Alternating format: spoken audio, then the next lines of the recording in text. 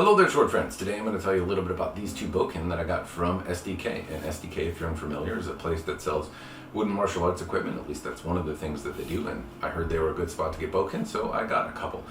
The first one I started with was this. It was $70 and just listed on their website as a Katori bokken that was available and ready to go.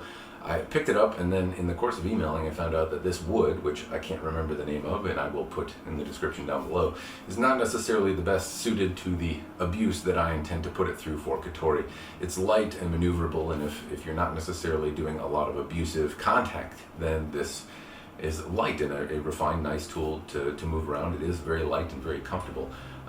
Anyway, I found out that it wouldn't necessarily suit my task, so I asked them to make another bokken out of hickory, a more durable wood that's a little bit better suited to the task of the abuse that I'll put it through in terms of doing the paired kata that are included in Katori. So I got two bokken. One was 70, one was 50, and they arrived in a very nice container. They were wrapped in such a way that they weren't doing kata in the box on the way over, and that is appreciated. So I'm going to tell you a little bit about the kind of overall execution on the bokken, and hopefully it gives you a good idea of if it's something that you would like to spend your money on. I can't tell you how well they work. I'm going to assume they work pretty well, but I haven't used them yet, so I can't necessarily say. Plus, this one I can't say we'll see a whole lot of use, since it's not necessarily intended to be super abusive, and that's what I really intend to do with it. In any case, I will review and talk about some of the overall execution on things, and hopefully that helps. The first one I'll talk about is this darker colored one. The name of the wood eludes me again, but I will include that in the description down below. It's dark and has a very pretty grain structure to it. I really like the overall look. It does have some things that I appreciate. First, near the tip, it has some chamfered edges. They're relatively crisp and clean, though not completely consistent and uniform. There's minor variation. Also, near the tip here is the only spot that I can really see any marks from tooling. There's a very small spot near the tip where I can make out some what looks like remnants of power tools. The remainder all has a very uniform, crisp, clean, nice look to it. The bokken is straight. This is something that, as I was looking at martial arts stores for a replacement bokken, it would wander and zigzag all over the place. This one is straight and clean.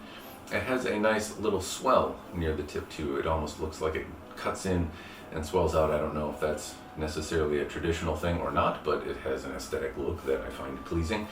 The Katori shape kind of transfers in to the hand in such a way that there's no kind of suba area where you could slide something on, and it has what appears to be just a little swell where your palm would rest to hold the sword. So just a gentle little taper in here, and then it's straight on this side, but kind of cuts in just ever so slightly along the back. And in terms of how comfortable it is to move, it's very comfortable. I enjoy moving this around. It's light, and I think that was the intention behind making one of these, was to make a pretty light, comfortable little thing to move around. So overall, the execution on this is quite good. I have no complaints. The only complaint I would have is that I didn't know that the wood, when I initially bought it, wasn't suited to the task. But that's my ignorance and comes from not asking first, and they certainly offered to let me exchange this one for something else. I just elected to get both because I thought it was pretty, so I wanted to get it anyway. Now the Hickory bokken is a little bit different. It's a little more suited to the task of abusive contact, and for that I'm glad that I got it. It has a really nice kind of orange color. It blends in with my room here quite well, and the thing I guess note is that it delayed the process of shipping for quite a bit. They were caught in the polar vortex. It took a little over a month, I think, to get from order to having it at hand, which wasn't necessarily bad. Communication wasn't always the greatest, but I ordered the product, I paid the money, and they sent it to me, so I really don't have a whole lot to complain about. And the turn time, considering that somebody had to go make this for me, is all in all quite good. I've nothing to really bitch about. The thing I would note about this bokken in contrast to the other is that the finish work is just not quite as refined. So there's a little burn mark near the top here. Not really a big deal, it doesn't bother me that much. The chamfered edges are not sloped at the same angle, so there is a little bit of kind of sharpness towards the tip. Not a huge deal though.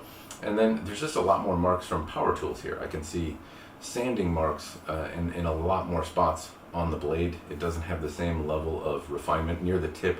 It looks like when the edges were chamfered, there's little slivers of hickory that came off and that weren't sanded down and reprofiled. The sweep near where the hand, it also cuts in near the same spot, so I'm assuming that's an intentional thing, seeing it's how it's pretty consistent across two of the Bokken, and it also kind of swells up near the tip a little bit on this one. Overall, again, it's a comfortable light. It's not overbuilt or anything like that. I hope it lasts and does the job. The lines on it are nice and clean. It doesn't wobble around. It's a nice straight Bokken, and it's not overbuilt, and it looks like a comfortable, nice tool to use. I really have to say I like it. For $50, it doesn't seem like a bad deal at all. Now, I haven't used either of the Bokkens from SDK, but what I can do is I can compare and contrast them to this Kingfisher Bokken that I picked up recently as well. Now, the Kingfisher, you should note that this is $127, and it's much more money. This was $70, and I can't remember if shipping was included with the Kingfisher or not. In any case, it's $127 versus $70, and so there's certainly a price difference between the two.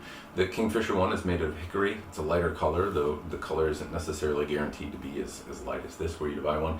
And there are just some manufacturing differences that hopefully help you decide if one is better than the other.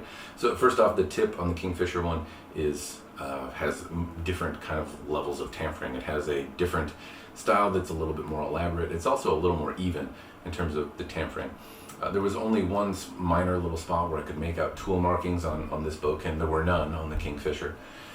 In terms of straightness, they're both straight and uniform. The lines on the Kingfisher seem to waver just a little bit less, and the polish, or I guess the level of shininess, this is a little more satin colored. This is really quite glossy, and I don't know exactly how that came to be, if it's waxed or has some tung oil, or if it's just really highly polished. In any case, the lines are a little crisper on the Kingfisher, and the finish work, the polishing, is also a little bit more refined. It's quite an elegant looking thing, the Kingfisher one, as where this looks a little more subtle.